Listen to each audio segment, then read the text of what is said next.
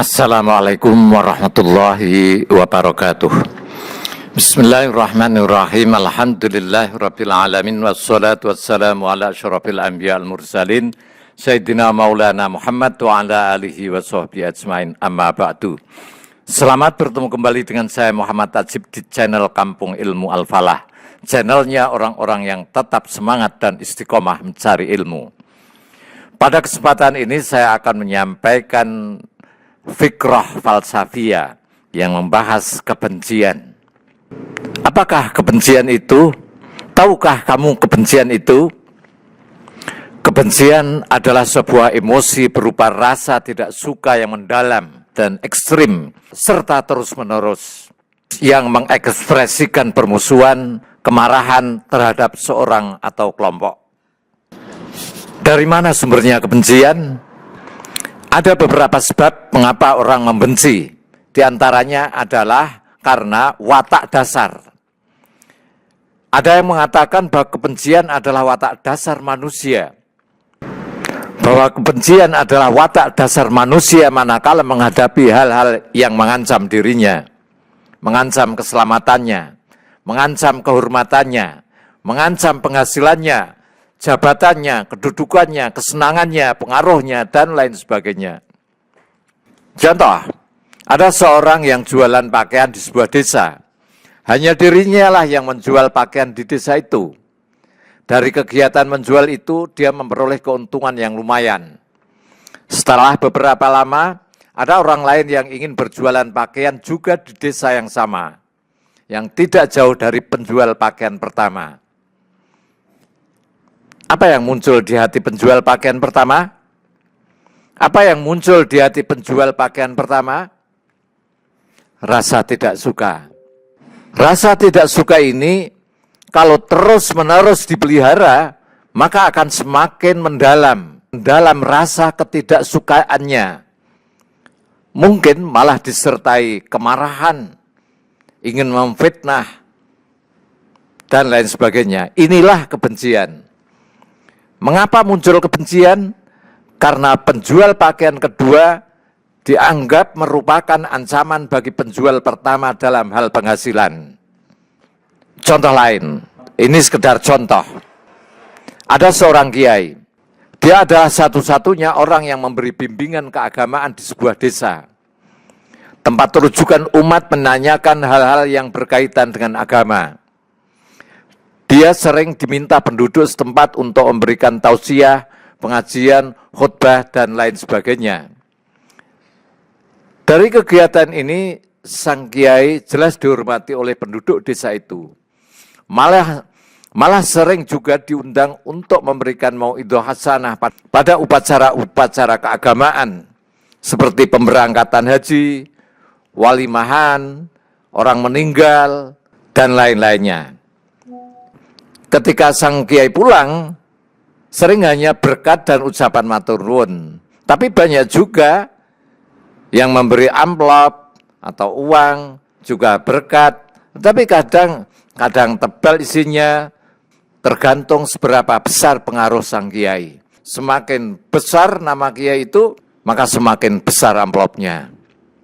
Setelah bertahun-tahun pekerjaan itu dilakoninya, tiba-tiba ada anak muda yang tampan. Pidatonya menarik, argumen teologinya logis dan mudah dipahami. Lesannya fasih, pengajiannya kontekstual, komitmennya terhadap Islam jelas dan tegas. Suara bacaan Qur'annya lebih khidmah dan menusuk kalbu. Humor-humornya segar dan terukur. Sehingga dalam waktu singkat mendapat sambutan hangat di kalangan anak-anak muda dan orang-orang tua. Apa kira-kira yang muncul di hati sang kiai? Apa kira-kira yang muncul di hati sang kiai? Rasa tidak suka. Rasa tidak suka. Kecuali kiai-kiai yang ikhlas. Rasa tidak suka ini, kalau terus dipelihara, maka akan menjadi semakin mendalam rasa ketidaksukaannya. Mungkin malah disertai kemarahan dan hasad. Inilah kebencian. Mengapa sang kiai bisa terjangkiti kebencian? Mengapa muncul kebencian pada diri kiai? Karena anak muda ahli agama itu dianggap merupakan ancaman oleh sang kiai dalam hal pengaruh keagamaannya.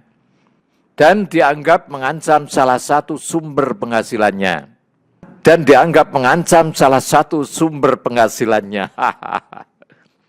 Bagaimana dengan presiden, gubernur, bupati, lurah-lurah, kepala-kepala desa yang melihat ada pesaing potensial atas dirinya yang dianggap sebagai ancaman? Ya sama seperti itu. Mereka akan membenci orang yang dianggap sebagai ancaman. Makanya tidak usah heran, kenapa dengan Anies Baswedan? Anies Baswedan karir politiknya diganjal di mana-mana.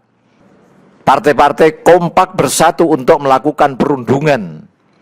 Berbagai cara licik dilakukan untuk mempecundanginya.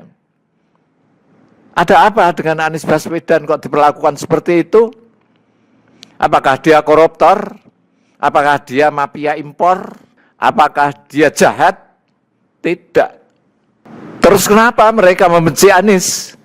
Sebabnya mereka benci kepada Anies adalah karena Anies diposisikan oleh mereka sebagai orang yang berbahaya, yang dapat menghalangi ambisi, nafsu, syahwat politiknya. Dengan kata lain, mereka menganggap Anies sebagai ancaman karir politik mereka di masa depan.